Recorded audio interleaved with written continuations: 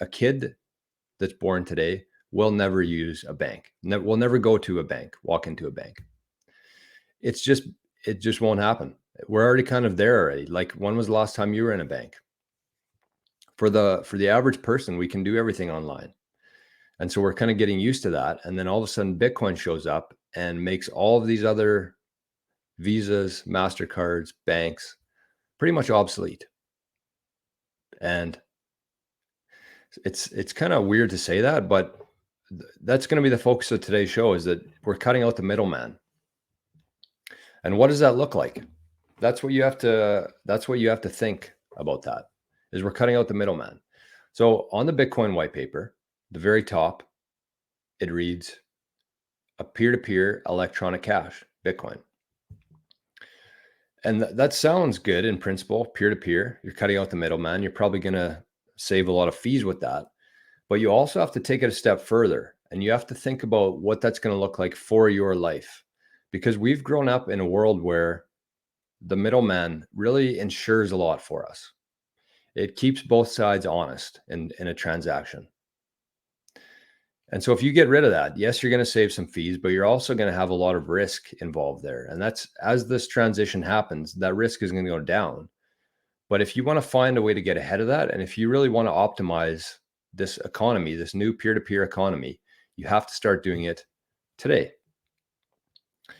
And so kind of how I like to think about that is, think about it like your social credit score. I'm sure a lot of people in this chat watching the show have heard about the social credit score and how it's going to impact your life.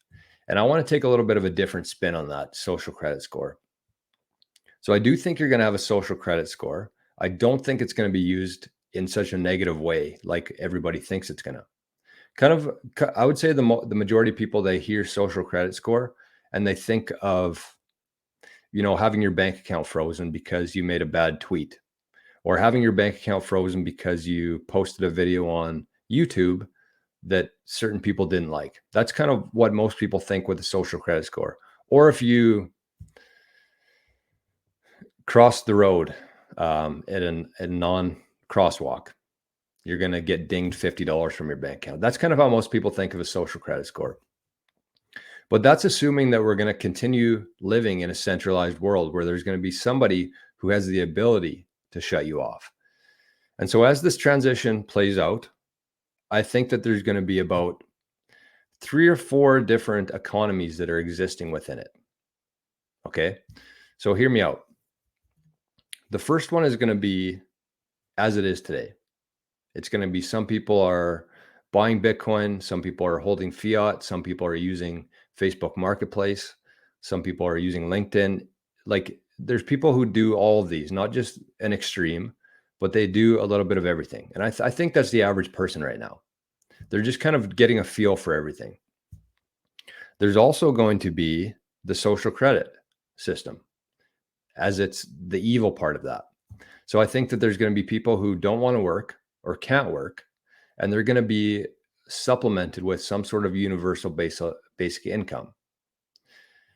And so what that's going to look like is there will be some sort of social credit tied to that. And maybe there should be, in terms of, you shouldn't be using that money for drugs, for example.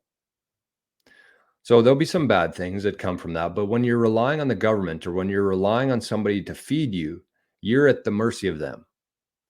And so if you are somebody, I'm guessing nobody in this chat is going to be an example of this person. But if you don't want to work, if you just want to take advantage of the system, you can get free money, but you're going to have to comply to a bunch of different things that they tell you to do. You'll only be able to visit different websites. You'll only be able to shop at different stores with this money. So that's one extreme. But I also think that the other side of that, and what most people in this chat are more likely to fall into, is the peer-to-peer economy, which means that you're going to have Bitcoin.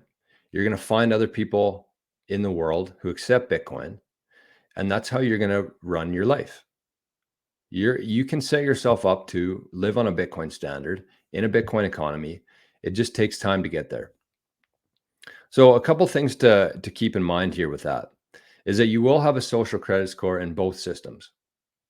And all 3 of these systems are going to exist for, I would say, quite a while still. And as we go forward, I think that the people from that first group, the average person who's kind of dabbling into both right now, they probably will go one way or the other, but it'll take time. That could be, it could be 10 years, it could be 20 years. But over time, they'll either go into the centralized social credit system or the peer-to-peer reputation trust system.